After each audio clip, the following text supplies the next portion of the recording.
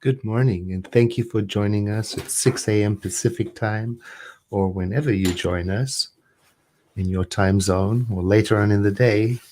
We're using 365 Science of Mind, a year of daily wisdom from Ernest Holmes to guide us through the year. And today's reading on April 8 is about the role of fear in our lives. And so, as you read this for yourself, I want to just take a moment to say there are all kinds of ways to experience fear. And some of it is beneficial fear and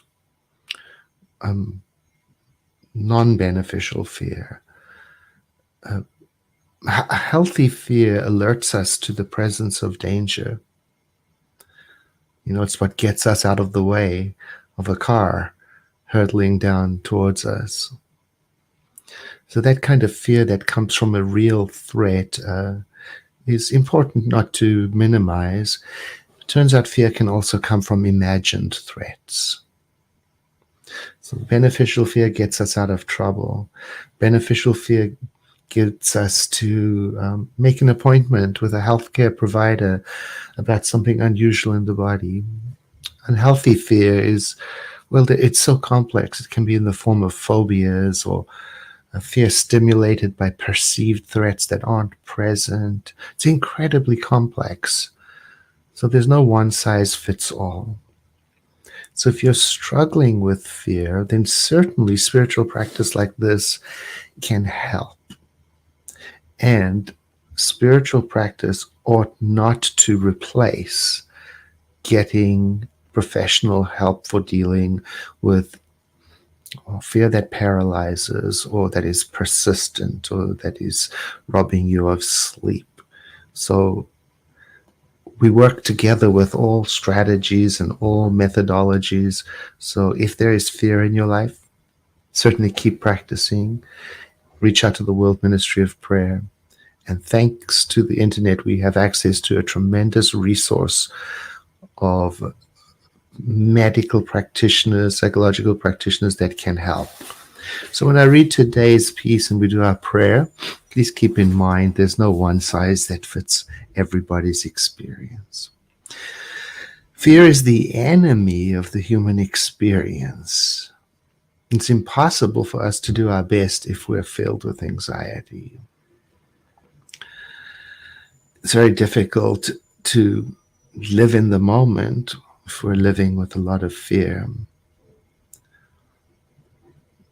If we live dreading tomorrow because we're harboring memories of things that were unpleasant in previous experiences, it becomes difficult to be present for the moment and all that there is in it. The present day, it's almost like it's being robbed of the peace and joy that is potentially in it. It can even disturb the mind so that restful sleep is impossible. So, let us consider that yesterday is forever past and we cannot relive it. No matter how we may regret what happened yesterday, it is impossible actually to live it over again. Too often in imagination we do live it over again and again, and in so doing, we bring all the misery of the event into fullness in the present moment. So try to learn to put the memory of yesterday aside. And then once we've gone over what happened and learned from our mistakes, the thing to do is to correct those mistakes and then to forgive ourselves for anything we may have done so that we may be available to the present moment and all the potential that is in it. All right. Let us take a moment then in prayer. There is only one life. That life is the divine, and that life is happening right now, right here. It is all that is. It is the source of harmony. It is the mind that creates. It is the center of joy, and it is the power that sustains and creates life in this universe and in all dimensions, everywhere, all of the time.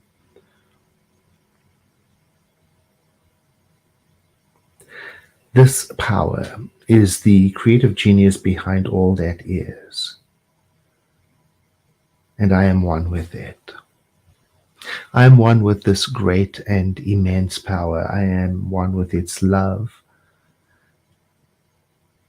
It is in me fully and expresses through me in a unique way. So today I'm honoring that uniqueness and that blessedness of being who I am, a center of divine activity within the creative mind of the universe. I'm celebrating that I belong here and now, that I'm in the right place, that this is the right time for me to be expressing myself in this way. And so I surrender any affinity I have for dwelling upon mistakes today, like I'm shaking loose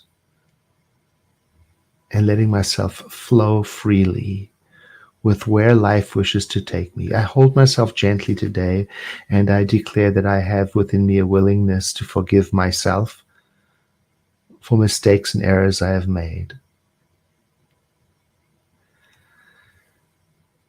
And in so doing, I feel the softening in my heart as I am opening up to holding other people in the same light, the light of forgiveness, the light of tenderness, understanding that all people are unique and different and magnificent.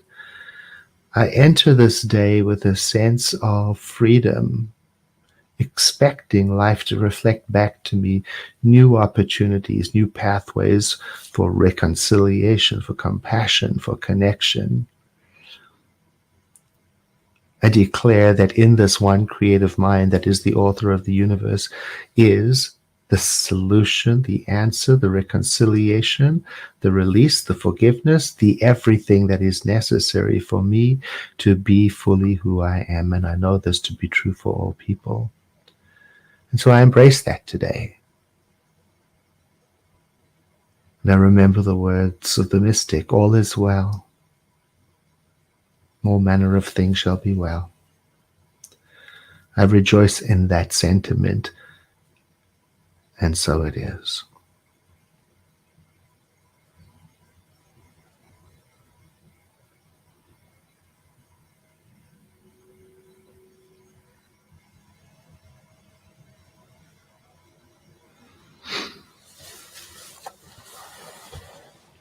Thank you for joining me this morning, and I look forward to seeing you again tomorrow morning. And thank you for sharing this broadcast and for the messages that you send me. I do so enjoy reading them, hearing how the practice has impacted your life.